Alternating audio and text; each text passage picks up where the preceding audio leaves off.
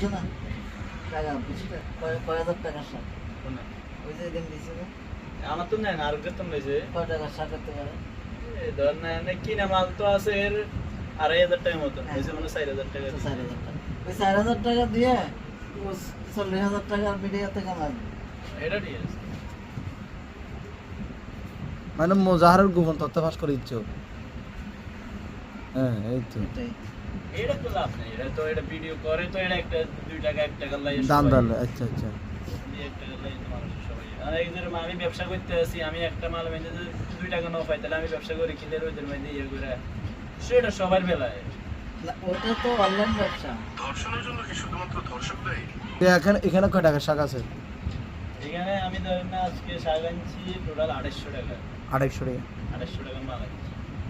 বেচার প্রচার আছে বেচা বিক্রি আমরা সাইডে যদি সবগুলো বেচতে না, আরো বেশি ভালো লাগে যদি একদিন সব বেচতে পারি তাহলে দাম না 4200 টাকার মতন যাইবে